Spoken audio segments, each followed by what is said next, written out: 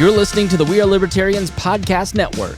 Find all of our shows at wearelibertarians.com. I'd be listening to the mainstream media and just be left frustrated on how they covered these stories. They would completely ignore facts just to promote their own agenda. I said, man, I could do a better job than these fools. I should start my own show. So I did. Hey, what's up, everybody? Did you miss me? Because I missed you. I'm back from a pretty good break. I was pretty busy and a little bit lazy, and man, I missed doing this. So we've had a lot of stuff come up in the last couple weeks that would be definitely worth talking about, but I was only able to cover a couple stories today. So let's go ahead and jump on into it, shall we? So let's jump on into the OPCW. The OPCW is the Organization for the Prohibition of Chemical Weapons. They just came out, well, they didn't. They had an internal email that was leaked by WikiLeaks that sheds some light on the Syrian gas attack that you may or may not have heard of. I'll go through the timeline here, but this was a major attack that potentially never even happened. It's pretty incredible. It led to the United States launching missiles against Syria and getting more involved in Syria in 2018. But let's go through the timeline right here. So if you are not familiar with the situation, back in 2018, Donald Trump announced that the United States were going to withdraw troops from Syria. He campaigned on this on this with getting out of these endless wars, getting out of the Middle East, and Syria especially was just a disaster. It was just an endless war. We needed to get troops out of there. Why are we over here in Syria? So he announced a withdrawal from Syria. That was a big thing. The media was hitting him hard on it too. They were like, I can't believe he's withdrawing troops from Syria. This is going to rise to a rise in ISIS is going to happen because we're going to get out of Syria, and you're just helping Assad, an evil dictator. You're getting out of Syria and helping him. Man, they were hitting him hard. But then, literally, a couple days later, a suspected chemical attack happened in the Syrian city of Douma. So, if you're not familiar with why we were even in Syria in the first place, first off, the United States have had for years have had a hard-on for getting Assad out of Syria. They wanted to overthrow Assad in their regime change wars. They wanted to take Assad out and have American influence over the region of Syria. The way they decided to do that was through inspire a civil war in Syria. So what happens is the United States started to back the Syrian rebels against the Syrian government. So the United States government is involved in a Syrian civil war. So it's basically Assad and the Syrian government versus the Syrian rebels, with the United States backing the rebels. So the suspected chemical attack that happened in the city of Douma, the OPCW announced that this attack was caused by 2 chlorine gas canisters that was dropped from an airplane, and that Assad was likely behind the attack due to the way that it was. Obviously, he had air superiority in the area, thus he must have dropped the 2 chlorine canisters in Douma. So, with the breaking news of this suspected chemical attack that happened, Trump immediately orders the United States to launch an attack against Syria with cruise missiles because, hey, you use chemical weapons, guess what? You get slapped back. That's what happens. Chemical weapons are banned for a reason. They're inhumane. That's what happens when you use chemical weapons. However, the story is kind of fishy, right? I mean, if you think about it, this is the thing is, with the U.S. withdrawing from the conflict, right? Trump announced that he's withdrawing from Syria, and Assad is very much winning the civil war at this point. The rebels only hold about 2 cities in the country. So tell me, with the U.S. withdrawing from the conflict and Assad winning his civil war, What is the upside of him dropping a chemical weapon on the enemy he's already decimated? In fact, dropping a chemical weapon would only bring the United States and the world back into his country. Do you think that's what Assad wants? No, Assad's not stupid. Why would he drop a chemical weapon on an enemy he's already defeated, when it would only bring the United States back into the conflict, when Trump is wanting to get the troops out of Syria? Very interesting. So the media starts to spread misinformation about the attack. First of all, no one saw the attack from the United States or any of the allied countries. There was not a single witness that was there from the allied countries that saw the attack.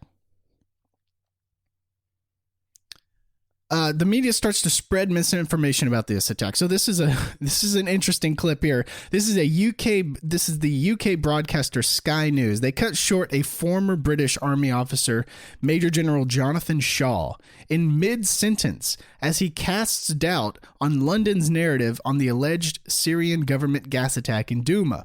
This took place before the UK joined the military action in Syria amid media discussion on whether the nation should participate. So listen to this.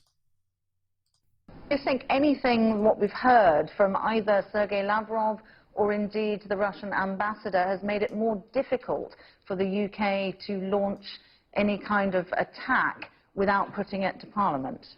Yeah, I think quite apart from all that, the debate that seems to be missing from this is, and this was actually mentioned by the ambassador, was what possible motive might have triggered Syria to launch a chemical attack at this time in this place.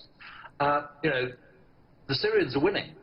Don't take my word for it. Take the American military's word for it. General Virgil, the head of CENTCOM, he said to Congress the other day, Assad has won this war, and we need to face that. So, and then you got last week the statement by Trump, or the tweet by Trump, that America had finished with ISIL and we were going to pull out soon, very soon. And then suddenly you get... Okay, I'm very sorry. You've been very patient waiting for us, but we do need to leave it there. I'm very sorry. Thank you very much indeed. More to come on Sky News. I'm sorry. You're completely destroying the narrative. You're completely bringing facts and logic into this. I'm sorry, we need to cut you off. Thank you for coming on for literally 30 seconds. Apparently this guy had been waiting for an interview forever, and he finally got it, and they cut him off mid-sentence.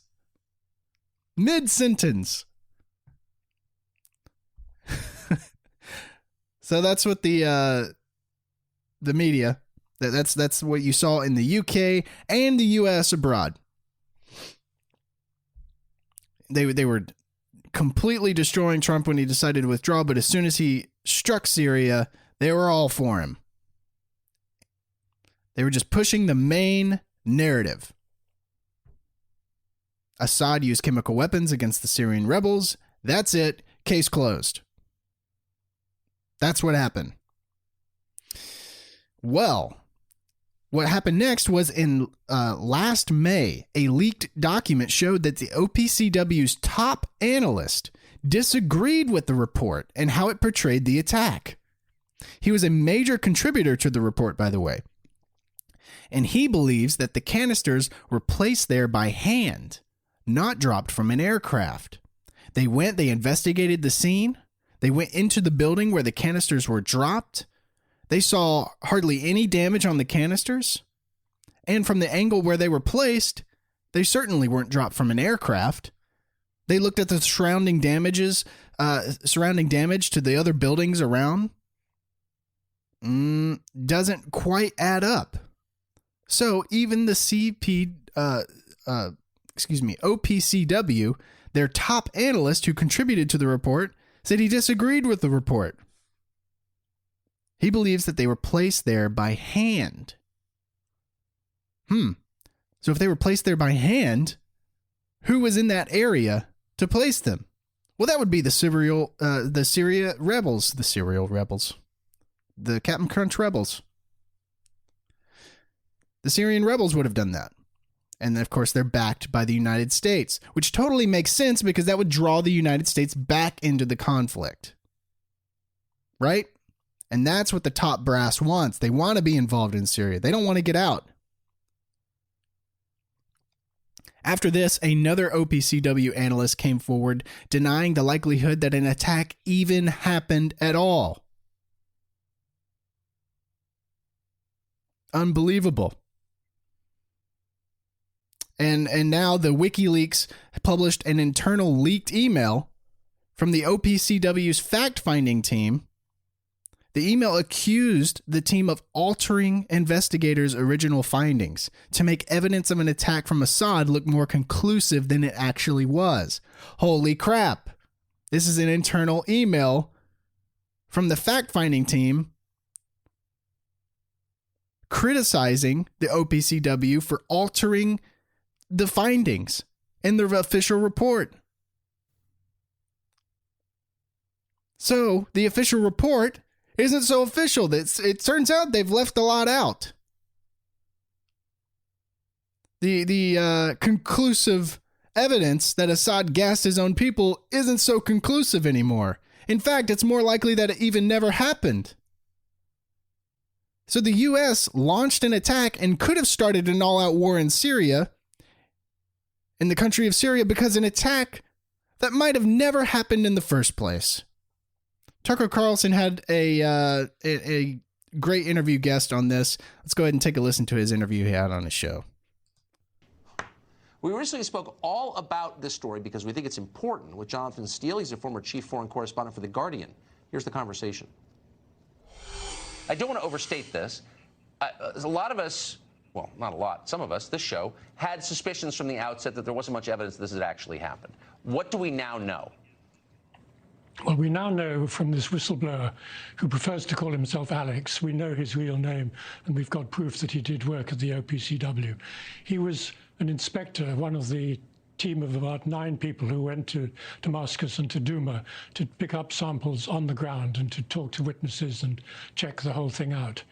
Now, he took these samples, but the main point is that chlorine gas degrades rapidly in the air, so that coming in 2 weeks later, you wouldn't find anything. But what you would find is that the gas can contaminate or affect other chemicals in the natural environment, yes, so-called chlorinated organic chemicals. But the difficulty is that they exist anyway in the natural environment anyway, and in water and so on. And so the crucial thing is the levels. Were there higher levels of chlorinated organic chemicals found after the alleged gas attack than there would have been in the normal environment?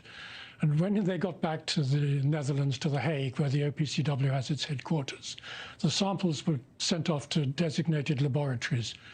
Then there was a weird silence developed. Nobody told the inspectors what the results of the analysis was.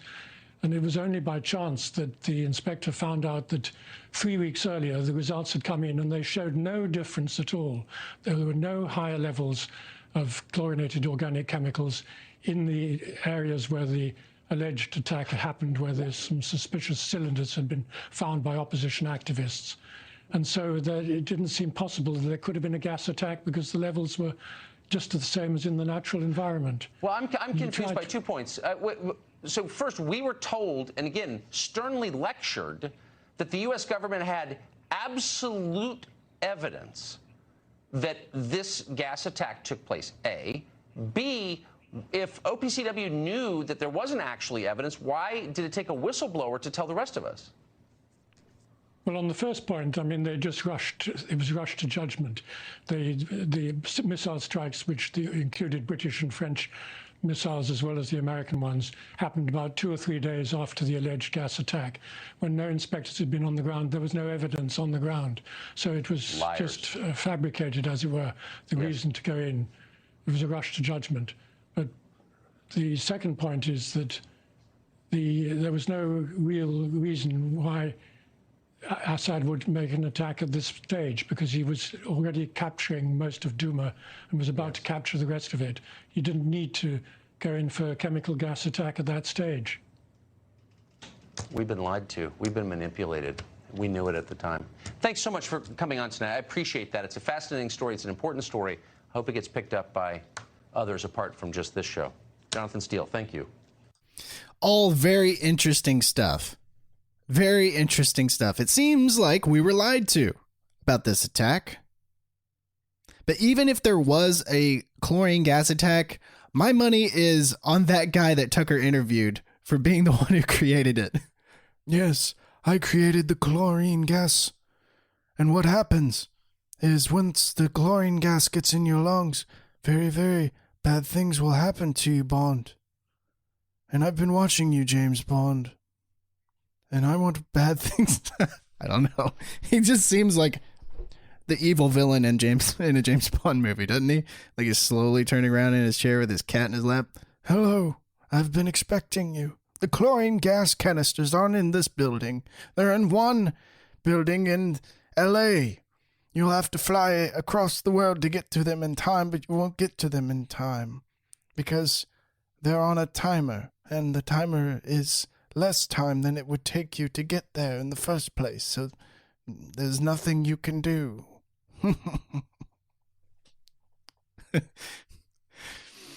I don't know if that was funny at all. We'll see. Let's move on to another story. This one kind of hits a little bit close to home for me because there was a shooting that happened in a Pensacola Naval Air Station base. I grew up in Destin, Florida, which is about an hour away from Pensacola. So we do have friends and family that live in the area. And luckily, none of our friends and family that were stationed there got hurt, but several people did. So here's the story here. On Friday morning at Naval Air Station Pensacola, a Saudi military student preparing to begin aviation training opened fire in a classroom, killing 3 victims and injuring 8 more before dying in an exchange of gunfire with law enforcement officers, according to state, Pentagon, and Escambia County sheriff officials. So this was a Saudi military student. The Saudi national tweeted this out before the shooting happened. He said, quote, "The security is a shared destiny. You will not be safe until we live it as reality in Palestine and American troops get out of our land." So kind of echoing the bin Laden line of the reasoning for the attack. Again, bin Laden said one of the main reasons he carried out the attack on 9/11 was because of troop presence in Saudi Arabia. And this guy's kind of echoing that as well. So first off, why the hell are we training the Saudi military? Why are we training Saudis how to fly planes? First off, did we not learn that lesson in 9/11? By the way, the Saudi terrorist that launched the attack on 9/11, that flew planes into the building, the reason they know how to fly planes is because they came to the U.S. and took flight lessons before the 9/11 attacks. So we didn't learn that lesson. We're bringing in Saudis right now, the Saudi military, and training them here at home. So the U.S. trained Saudi military members here at home, and a Saudi military officer murdered U.S. troops here at home while Saudi officials, Saudi officers at the base filmed it. So he's sitting there shooting U.S. military members while Saudi officers are filming it. Why are we training them here? Why are we involved with them? They murdered children in Yemen. They murdered journalists who write badly against the Saudi king. They chop them up with bone saws and drag them out of embassies. And they murder U.S. troops in the U.S. And this is an ally. This is who we're partnered with in the Middle East. I thought the idea for us being involved all the way in the Middle East is to, what's that quote that the neocons always use? Oh yeah, we have to fight them there so we don't have to fight them here. Yet all I see is growing hatred towards the United States because we're over there. So guess what? They come over here. That talking point is invalid. It is null and void. Man, it's such a... that kills me, because like all we're doing is inciting more hatred and more terrorism against the United States as the United States grows and expands in areas that it shouldn't be. It's frustrating. I feel really bad for the families of the victims. This is something that never should have happened in the first place. Never should have happened. Another thing that never should have happened in the first place. This happened in Miami. I don't know, you may have seen the video by now, but there's this crazy, wild video of a high-speed chase in Miami. So the background is this guy robs a jewelry store, goes up to a UPS vehicle, and takes the driver hostage, essentially.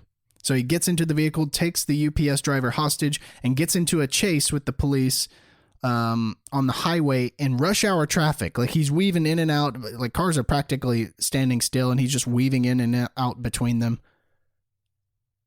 So the cops pin the UPS car in between civilian vehicles. So again, this is all with like vehicles everywhere on the road. So they eventually pin the driver, or pin the robber, UPS driver still with him, with a gun to his head. They pin the UPS car in between civilian vehicles, and guess what they do? All the cops get out of their car, and they absolutely unload on the UPS car. Turns it into Swiss cheese, like bullet holes everywhere in that car. Every cop is unloading his gun till it doesn't shoot anymore. And guess what happens? As you can expect, the UPS driver is killed in the incident, because that's what happens when you just litter the entire vehicle with bullets. So the innocent UPS driver is killed. They killed the robber, they killed the UPS driver, and they killed an innocent civilian in a car next to the UPS car. Because guess what? Bullets go through things, you freaking morons. What an unbelievable amount of negligence by this police department. They are 100% responsible for killing 2 innocent people in cold blood. They just unload on a freeway in the middle of traffic that's just stopped. They unload on a vehicle with a hostage in it. They just... Unbelievable. The entire force needs to be disbanded and jailed for murder. For murder. It's unbelievable. This story made me so mad. I watched the video. It's hard to watch. But man, they just turned that UPS car into Swiss cheese, and you're looking at vehicles parked next to it. And someone else got killed in a car next to it. Just driving to work. Because these idiot cops. UPS has a now deleted tweet. It's deleted because it got criticized heavily, I assume. This is what it said. UPS tweeted this out. We are deeply saddened to learn a UPS service provider was a victim of this senseless act of violence. We extend our condolences to the family and friends of our employee and other innocent victims involved in the incident. We appreciate law enforcement service and will cooperate with the authorities as they continue the investigation. The police shoot an innocent man and thank them for it. Thank you, sir. May I have another innocent victim be killed because of your trigger-happy, senseless brain. There isn't any other way to handle this situation besides unloading on a vehicle in the middle of the highway. Completely bizarre. Really, really bizarre. Yikes. Yikes. Well, that's all I got for this episode. I know it's a little bit shorter, but we are going on a little vacation here. So I did want to get an episode out for you guys. Some important stories there. But anyway, if you liked the episode, please drop us a like on Facebook. If you haven't already subscribed to us, you can subscribe to us on Apple Podcasts, Spotify, Stitcher, anywhere you can find podcast. Well, I'll see you on the next episode, everybody. Peace.